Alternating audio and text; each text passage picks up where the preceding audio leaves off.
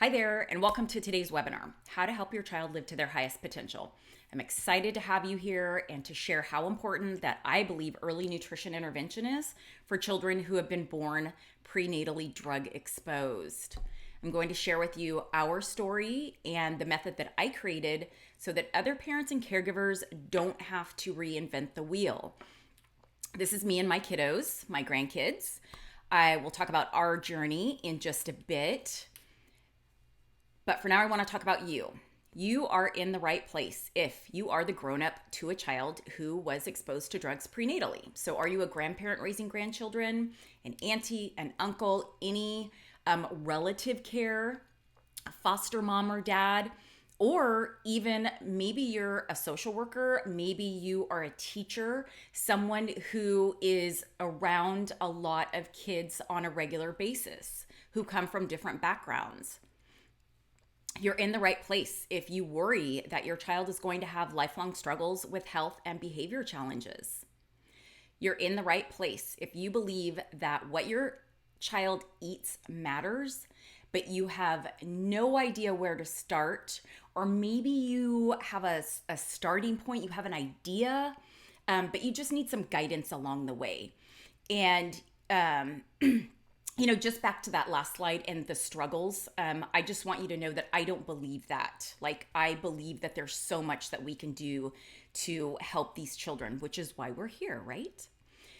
You're in the right place if you're ready to have peace of mind, knowing that you are being proactive in restoring your child's health.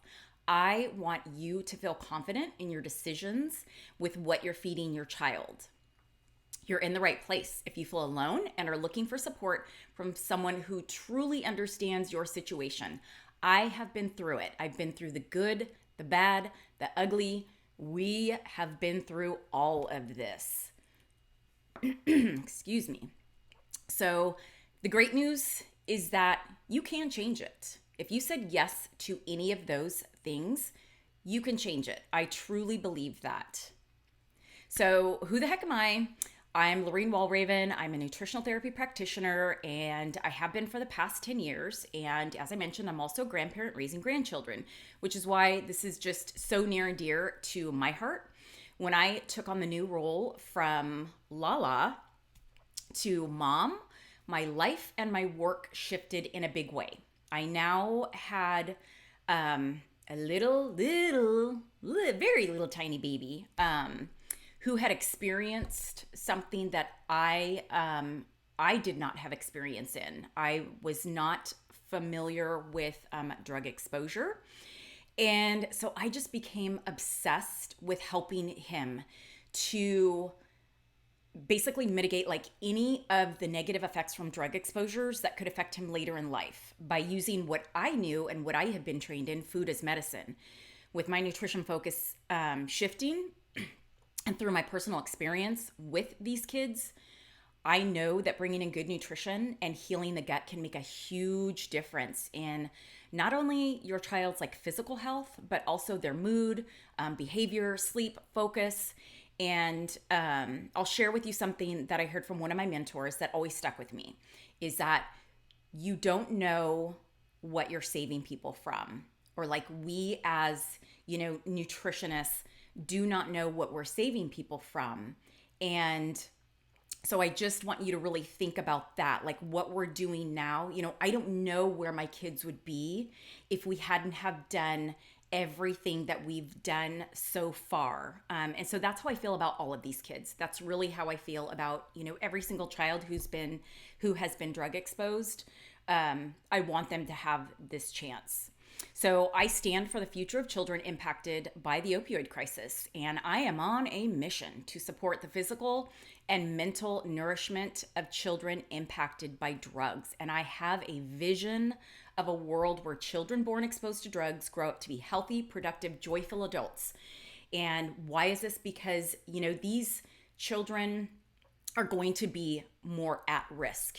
And so I really want them to have, and this isn't you guys saying that like every child is going to have huge issues, because they're not, but my goal is to give them just a little bit or maybe a lot more of a chance to just get out of that cycle. I really want to break the cycle of drugs. I really, really do. Yeah. So today, what we will talk about, we'll talk about challenges and unknowns of drug exposure. We are going to talk about how early nutrition intervention can supercharge your child's health, why gut health can be a game changer, and the gut brain body method that I mentioned earlier. So in the last 10 years, there's been a 242 increase in the number of babies born with neonatal opioid withdrawal syndrome, what they call NOWS. It used to be NAS, and I think it was neonatal abstinence syndrome, but they changed that to opioid because the opioid crisis is, it's just kind of taken over. And the thing right now, you guys, is that, we're still in the midst of this pandemic, and the opioid crisis has kind of taken a little bit of it's been on the back burner. I have a feeling that, this is going to really rear its ugly head once we're out of this, because the mental health challenges that have happened during this pandemic they're now starting to be recognized. And so there's a lot more self-medicating happening. And so I think, unfortunately, there's going to be a lot more kids that end up in the system who have been exposed to drugs. The statistics right now that I have are every 15 minutes, a baby is born suffering from opioid withdrawal. So take that in for a minute. Every 15 minutes. Did I say seconds? Minutes. I meant minutes. That's a lot. That's a lot. So if your child was diagnosed with NOWS, some of the symptoms, even if they didn't end up in the NICU, they may have had, really high-pitched crying, tremors, feeding difficulty, watery stools, breathing problems is very common. Again, thank goodness not all babies go through this. It's all different. So, here are just some of the substances that we see, children born with. We're really focusing on opioids, and each substance has, different in symptoms. And the effects of neonatal exposure may be subtle, and it may be delayed. So withdrawal symptoms, they can be short-term. And those are usually well documented because, a baby who was born and is going through withdrawals, and they know for sure that mom, was on opioids, they're going to document that. And that baby's probably going to stay in the NICU, neonatal intensive care unit for a bit. But the long-term effects, they just aren't as known because we don't have as many studies on those. And there's so many different variables, how often drugs are being used, how much during pregnancy. So we just don't know all of that. But some of the things that we can take a look at beyond the chemical component, so the actual drug, there are many different factors. So poor prenatal care, environment, mom's mental health. These are all factors that can contribute to the cognitive development and psychological outcomes of a child. So, when it comes to prenatal care, was mom getting prenatal care while pregnant? If you are a foster parent or an adopted parent, you may not know that. And, my question is usually, was she eating? I mean, and I'm not really even talking about was she eating healthy foods? Was she eating on a regular basis? Because if there was an active addiction, that may not be the case. And so we may be looking at some nutritional deficiencies. And then what kind of environment was mom in? Was it a calm environment, or was there fighting? Was there domestic violence? Any chemicals in the home? You are probably familiar with fight, flight, or freeze. So that's basically our sympathetic nervous system. And that activates, even for baby in the womb, that response throughout the body and brain is activated if there's a threat or a perceived threat. And so babies, even in utero, can feel that.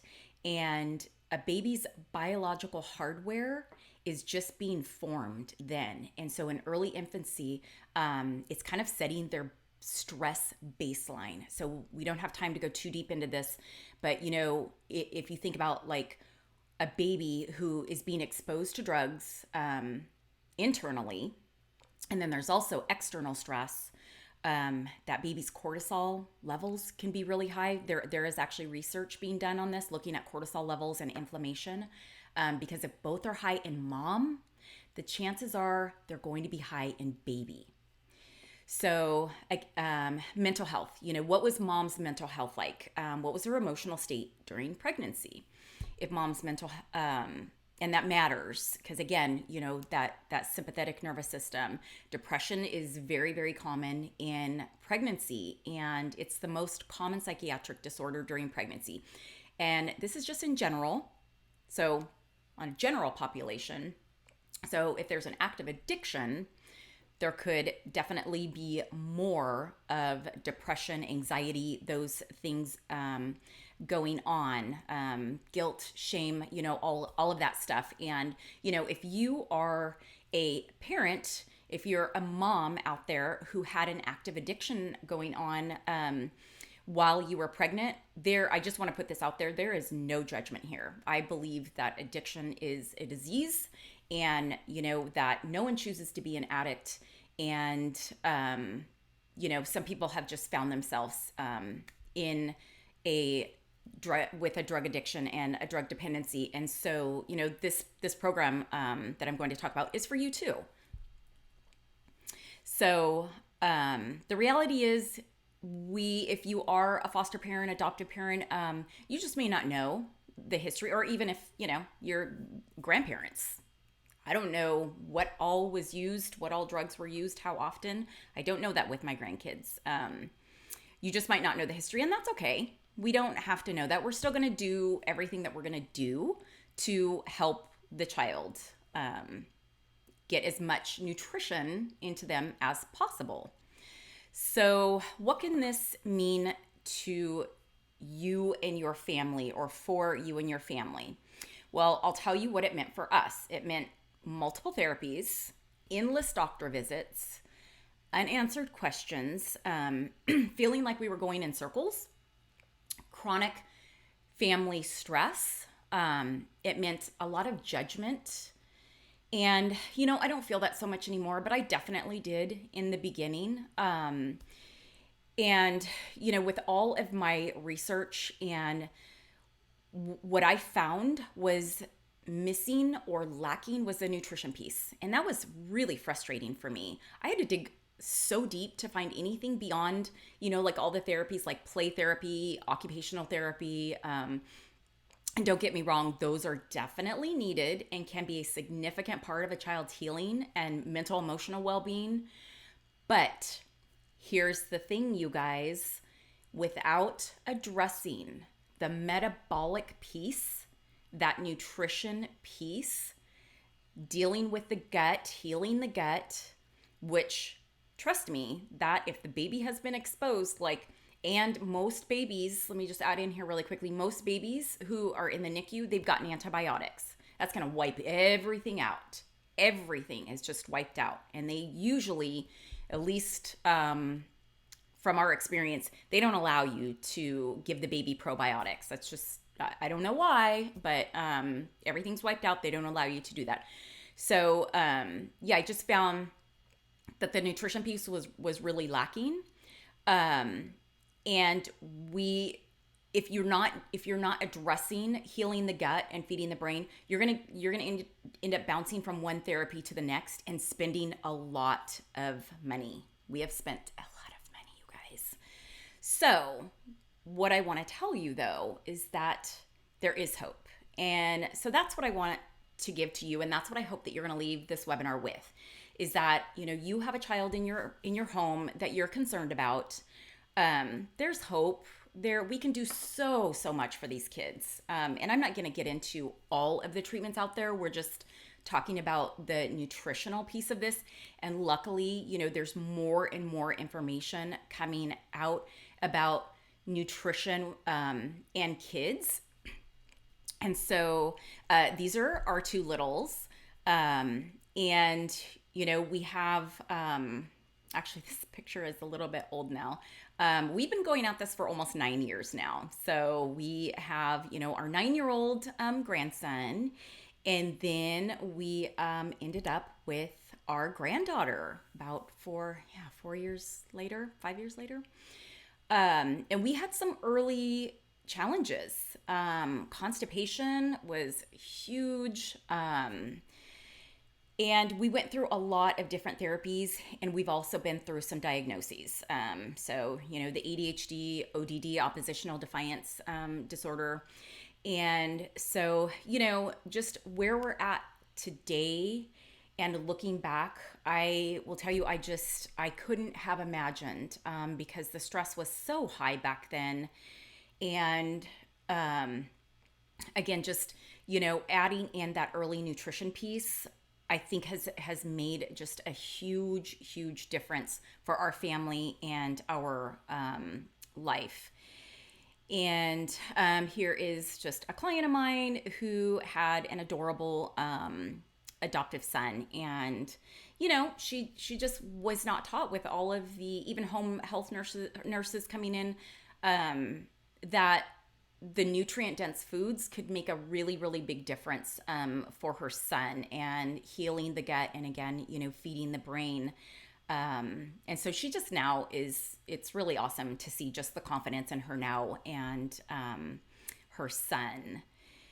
So the gut brain body method, this is what I came up with, applying what I already knew with my nutrition background, and then going through and setting up the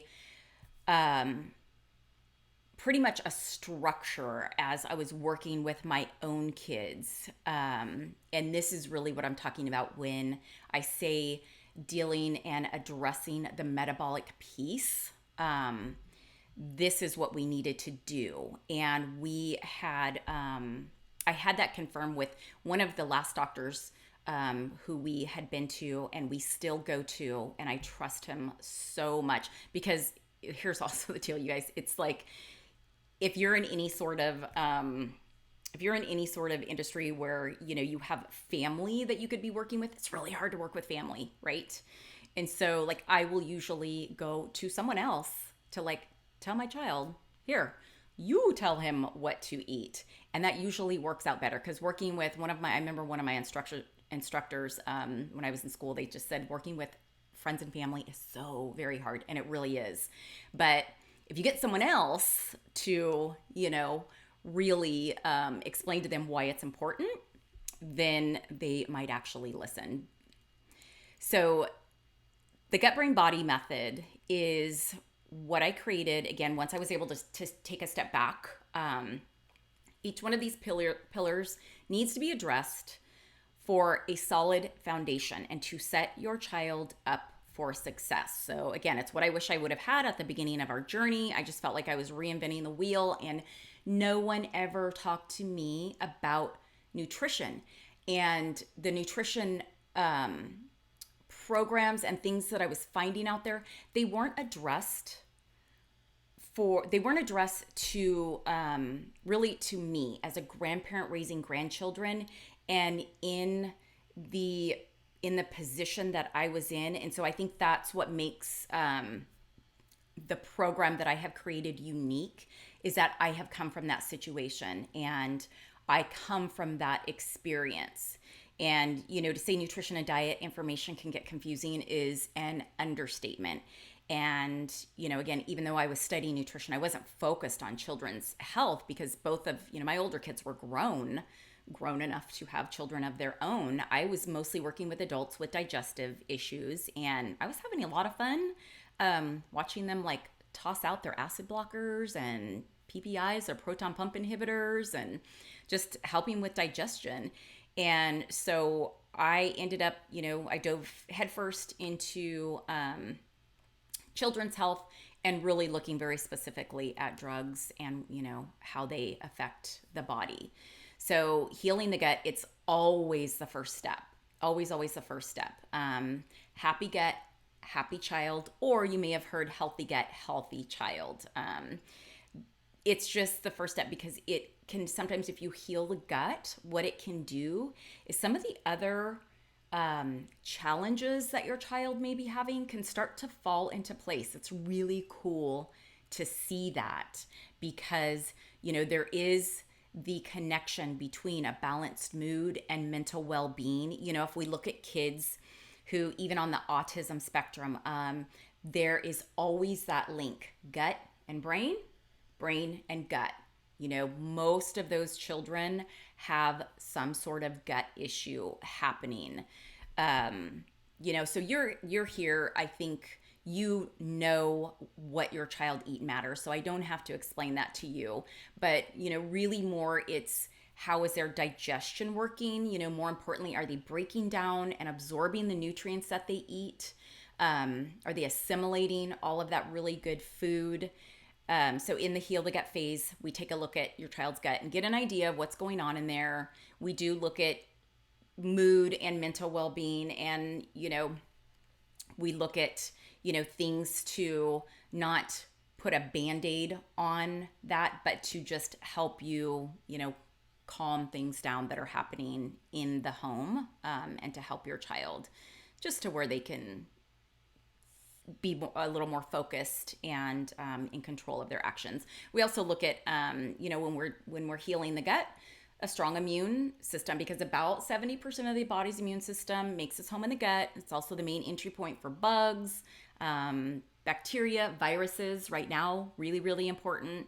So if your gut is unbalanced, if your child's gut is unbalanced, they're more likely to pick up those nasty bugs that can cause all sorts of problems. And we just want to make sure that they've got a good balance of good. We also need a teeny tiny bit of, it's about 85% good, 15% bad, as we would call it. But, if your child is dealing with any skin issues like eczema, asthma, even psoriasis, like things like that, there's usually some gut issues going on. And then it also plays a role in food sensitivities and intolerances. So if you see any of this is a very tiny list, very small list, any of these things that are happening with your child. So a child who has stomach pain, diarrhea, or constipation, or it can go back and forth, irregular stool, bloating, stomach pain, posturing. So posturing is just, if you have a child who puts pressure on their tummy, maybe they're like laying over a couch pretty regularly, like the arm of the couch or a chair, they probably don't know how to verbalize that feels good to them, like that pressure feels good to them. So there's something going on in there that we need to look at, that needs to be healed. If they have cravings, like if your child they just want crackers and bread,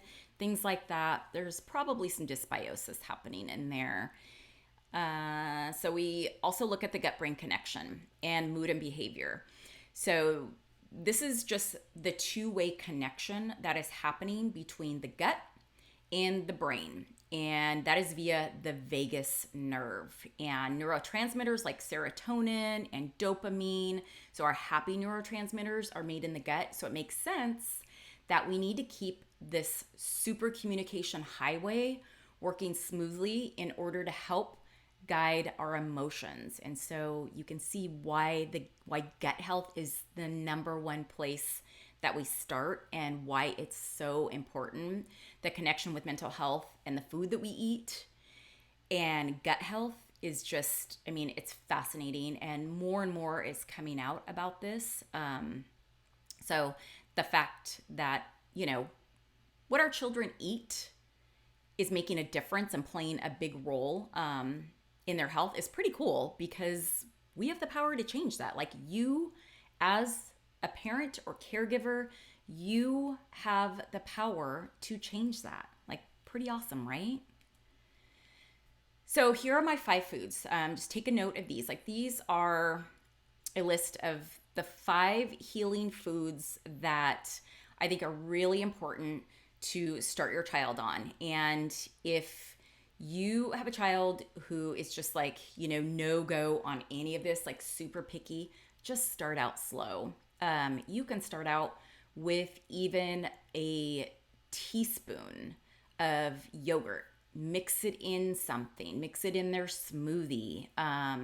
So probiotic foods are like coconut yogurt, especially if they're not doing dairy. We just want to make sure it's unsweetened, full fat yogurts, kombucha, sauerkrauts. And if you start feeding your kids, like you might be like, sauerkraut, like my kid's never gonna eat sauerkraut. Ooh, they might. Our grandson was eating sauerkraut at about 1.5 years old, and I really believe in the body's innate intelligence of knowing what it needs. He would mow down sauerkraut, and he's very aware of his body. It's really, really a cool thing to see. Pickles, only if they are fermented or cultured, not the pickles that are on the shelf, not refrigerated. So only refrigerated. That means they're live food. Prebiotic foods. So probiotic foods are alive, and those are what are in our gut. Prebiotic foods are actually feeding the probiotic foods. Those are like bananas, apples, Jerusalem artichokes, onions, garlic, things like that. And then bone broth is just really, really soothing. It's rich in glycine, which is an amino acid, very important for healing the lining of the gut. Cooked vegetables, because if there are gut issues happening, raw vegetables might actually irritate the gut even more. So raw vegetables are great if the gut is healed and well enough to take those in without being cooked. If your child gets a tummy ache after eating, if you have like raw broccoli and dip or something, they get a tummy ache. You probably need to cook that just a little bit. And then chamomile tea is just soothing, and it can turn into a sweet little ritual with you and your child. Especially if you do it at night, like before bed, or in the morning if you sit with them and have a little cup of chamomile tea with maybe some raw honey is really great, and it feels good for their tummy. So one of the things I'm going to give you for attending this webinar is the food and feeling log. And so this might sound really simple, and it is, but then it's really telling as well. So healing the gut, especially if it's been distressed for a while, can be a process, which is why, I always work in stages. So a good place to start is a food and feeling log. So if you can correlate specific foods to any physical, or like anything physical, like maybe your child gets constipated, diarrhea, stomach ache, rash, anything like that, or behavioral challenges. So this is why I like this log a lot, is because we also look at the behavioral reactions that your child might have. And I have everything listed on here. You can, there's space for you to add, but I have everything listed. So it's not like you have to just come up with, my child had this or that. It's just, checking boxes. And just keeping in mind that if you're looking at food reactions or intolerances, those can be a little bit delayed. And so this is why I really love keeping track of this and putting it in a binder or a folder, because this is your tracking. This is your tool for tracking your child's symptoms. And from symptoms, we can tell a lot. Yes, we can definitely, get a food sensitivity test, but they're not cheap. And, if we can figure things out before that, awesome, right? So, sometimes we can do that, and, sometimes it just takes more. We do need to get a sensitivity test. But make sure that you download that and just, start tracking. Susie, just another client who wasn't really connecting the food that her child was eating until she started working with me, and we started going through the food and feeling logs, and the changes that she saw were just amazing with her child because there was a direct correlation in there. So if you have children who are picky, let them be a part of meals. So, take them shopping. If you have farmers markets, go to farmers markets. Just let them be involved with meal planning. Kids as little as 3, and honestly, you guys, even younger, are totally capable of helping out in the kitchen. And I know sometimes it can be a little bit stressful, but just have patience and get them in, and they can do chip chopping. They can set up a little prep table for them, their own station. Our grandson's school did this with the kids, and it was literally the sweetest thing. I loved it when I would go to school and they would be chip chopping away for the soup that they were going to have for lunch. And they have these little tools that you can see in this slide. They have those. You can just get them on Amazon. So yeah, that's a great way to get your child in, to help them change up what they eat instead of them just saying, no, I'm not going to eat that. So feed the brain is the second part of the method. And I wish I could say that there was like a magic food or a single nutrient or something like that that could guarantee a Harvard graduate or a perfectly well-behaved child.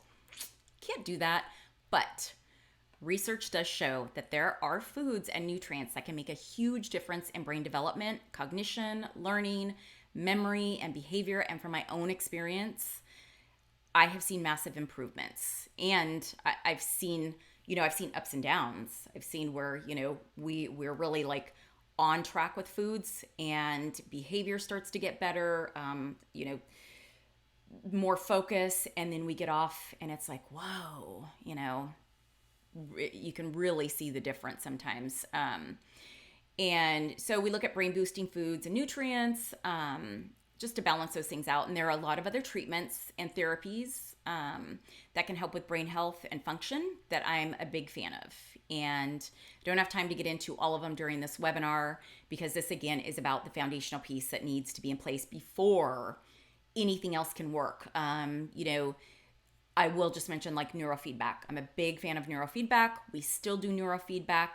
I would say if you are doing other therapies, make sure that the person that you are working with sees the importance of nutrition.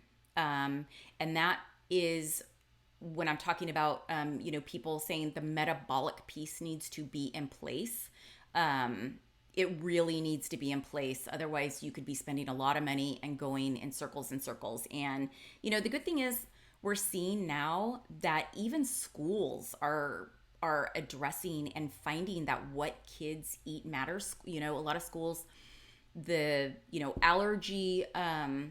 allergy rules are out there, like no nuts and, things like that.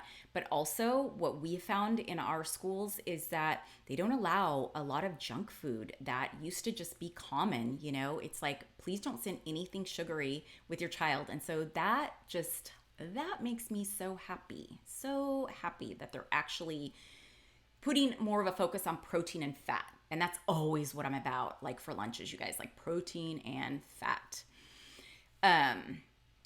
So, whole foods are brain foods, of course. And so, foods are broken down into nutrients that allow the body to function, including our brain. And so if the brain doesn't have the right kind of fuel, it's not able to function properly. So it makes sense that a well-fed brain is a well-functioning brain, right?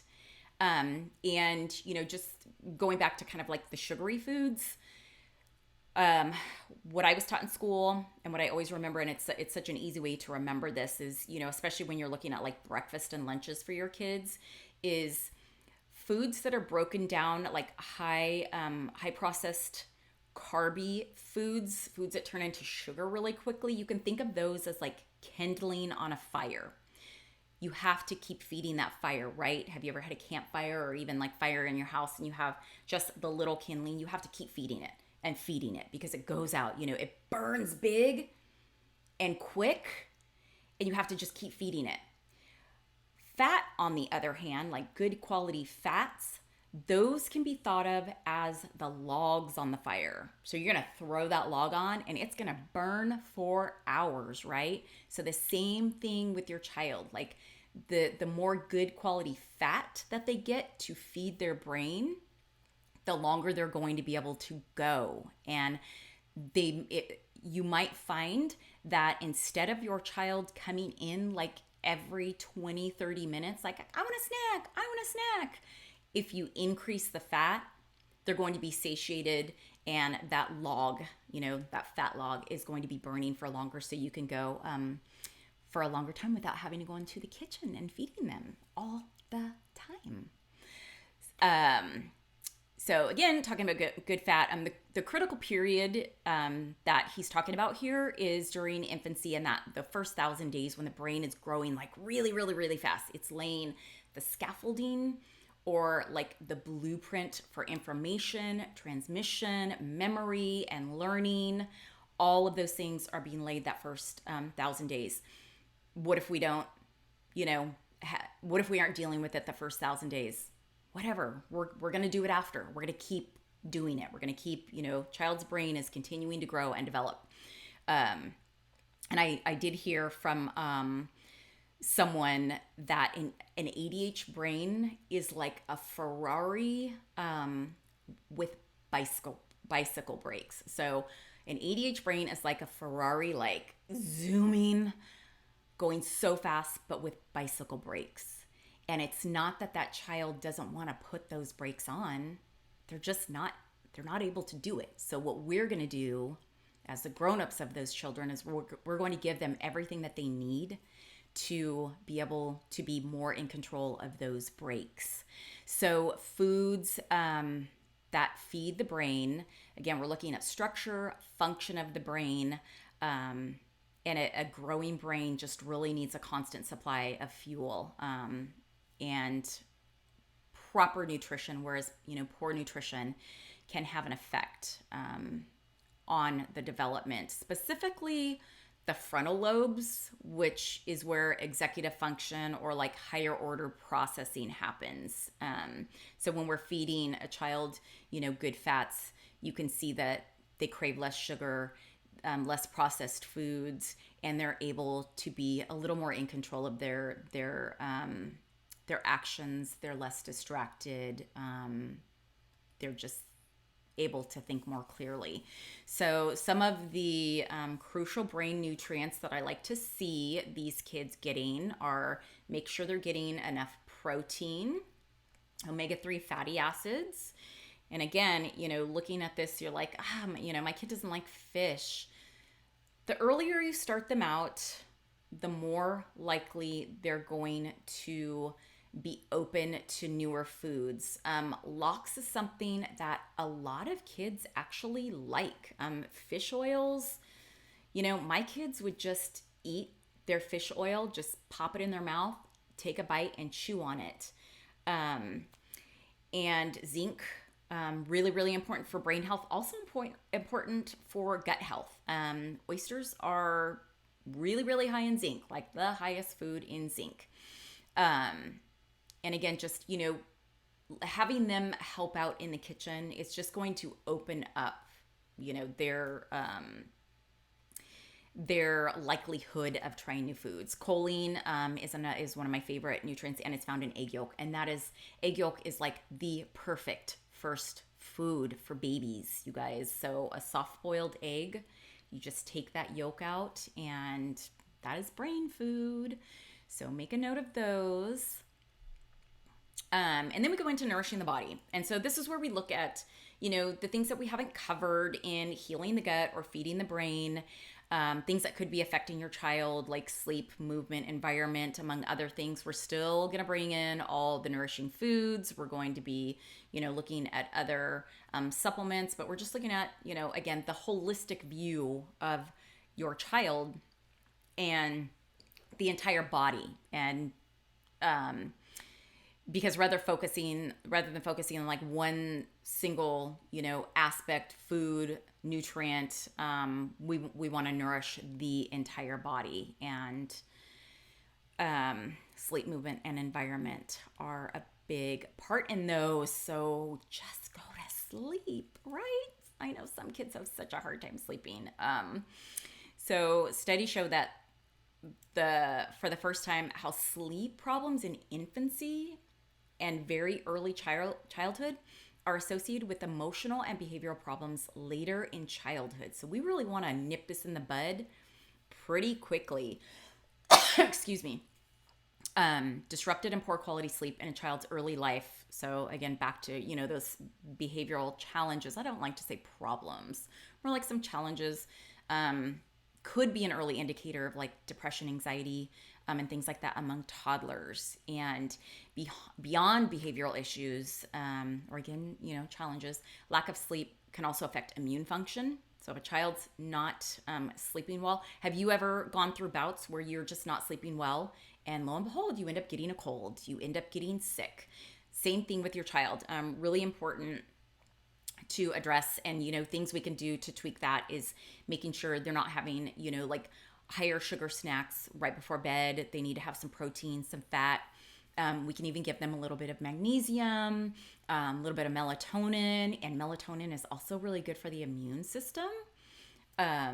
So that's a great thing to add in right now.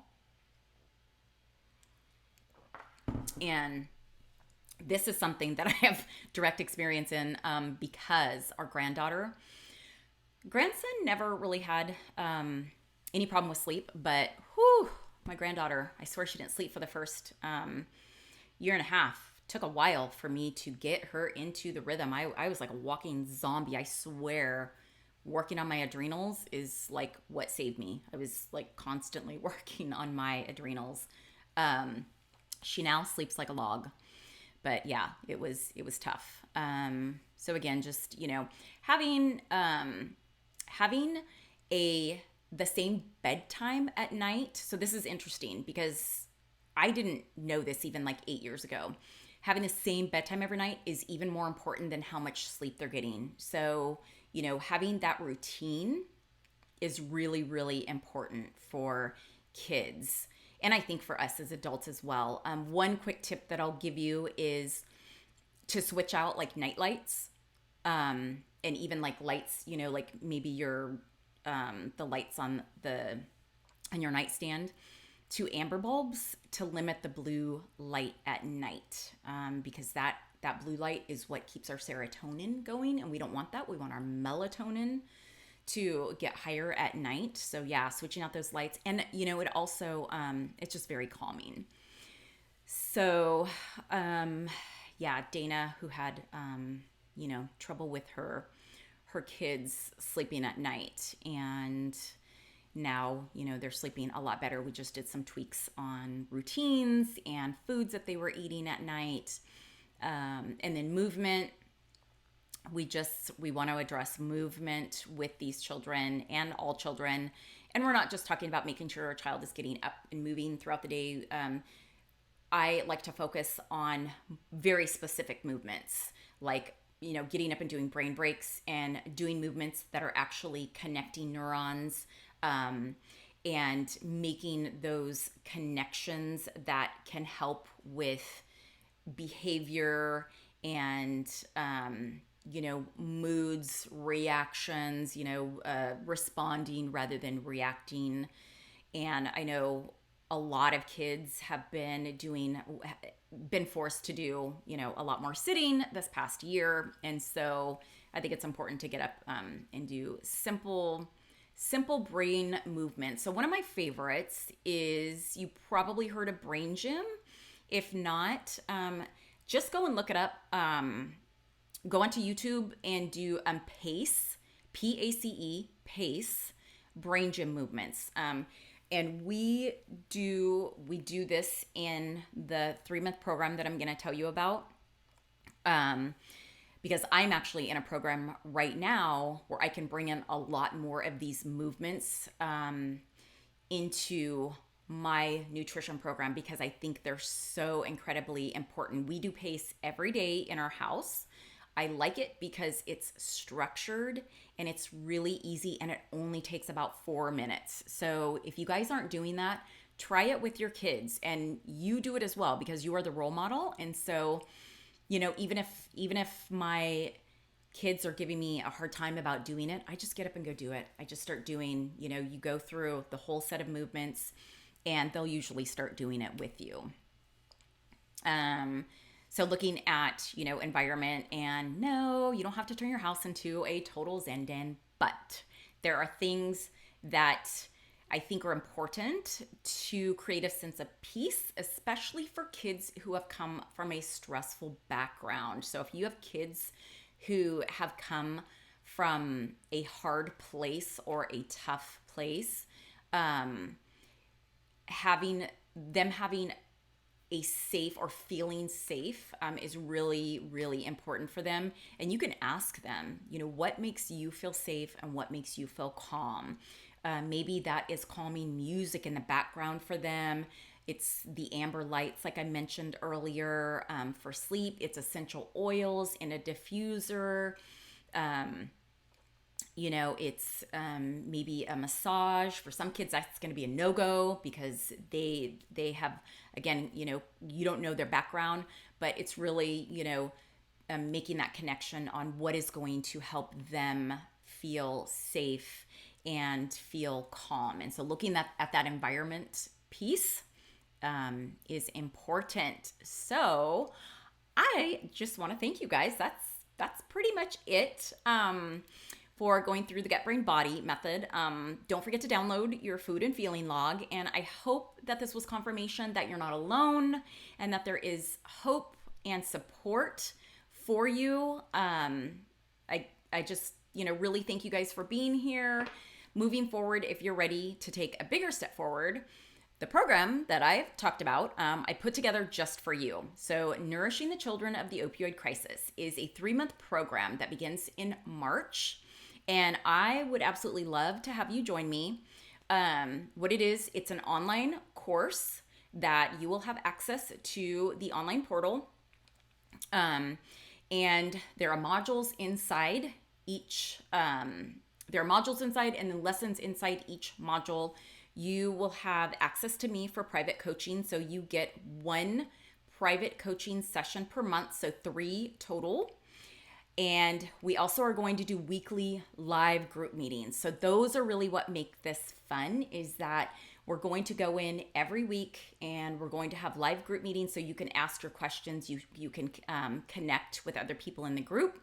We also have a private Facebook group. And again, this is a safe space for people just like you. So again, I just want to reiterate, in our experience, I felt very alone. I felt really alone. I felt that there were some nutrition programs out there, but they weren't really talking to me as a grandparent raising grandchildren, as a person who had gone through this whole experience of, we had to go through a lot. And so, I really have made this program to where it speaks to you. I understand the stress. I understand what you are going through. We're on just a little bit of a different path, having kids who have been exposed to drugs. So, how can this help your child? This program is designed as an introduction and a guide to empower you as the caregiver to gain better control over your child's health. So kids suffer from nutritional deficiencies. We want to bump up their nutrient-dense foods. We want to deal with any food sensitivities, allergies, gut dysfunction that goes, that can go unaddressed. And just, really look at what your child is eating, because this is the critical component that I mentioned. Is often it's brushed aside. As long as the child is getting fed, it's like it doesn't really matter what they eat. Well, it does. And the standard American diet, it's just not cutting it, you guys. It's super lacking. One frustrating thing that has happened actually this year is that the USDA changed the food pyramid, and they hired a group of like 20 experts to have a say and kind of take a look at it and give them some recommendations. And the one thing that stood out to me, you guys, was that they recommended that, and I hope I can remember this correctly. I think on the food pyramid, it's like 10% of a diet can be like more sugary, like sugar, sugary foods, like higher sugary foods. And they for toddlers, I think it was children under 2, recommended them cutting that down, cutting that back to, I can't even remember the percentage. Should have looked this up beforehand, but cutting that back. And they didn't do it. They disregarded that. Like, why? For children under 2, they don't need sugar at all, you guys. So anyhow, these are the things that we're dealing with when it comes to, looking at the standard American diet, and the quality of foods is never addressed. And so, we really need to address that because food affects every single aspect of your child's health. And even small changes can make a big, big difference. And so by the end of the 3 months in this program, my goal is that I want you to feel confident that your child is getting the food that they need to optimize their health. And that you feel the support that you need. Just, again, what I didn't feel, when we started out on our journey. So program start date is March 1st with our first live group meeting on Tuesday, March 2nd. You don't have to attend the live calls. They'll all be recorded. Again, this is all, we've got an online portal. You have lifetime access to this because I will be adding to this constantly. So you're going to have access to all the updates that I do. So for you attending this webinar, I would like to offer you the opportunity to join me for $100 off. This program is going to be $597. That's the regular price. So giving you $100 off, so $497. I do have a payment plan in there, so you can see that in the on the checkout page. And this offer does end in 72 hours. So I really, really hope that you will join me. If you guys have any questions at all, please feel free to reach out to me. I just want to leave you with this quote by Frederick Douglass that I love. And as you can see, it's easier to build strong children than to repair broken men. And I absolutely believe this. And again, a part of me building this program and wanting to create this really, big community is that I really want to break the cycle of addiction. I really do. I get emotional just even thinking about it, but that is my goal. I want these kids to have a chance at breaking that cycle and getting the opportunities that they deserve. So again, if you have any questions at all, you can message me, you can give me a call, or even send me a text message, and I am happy to answer anything for you. So again, thank you guys so much. I just wish all the very best to you guys and your family.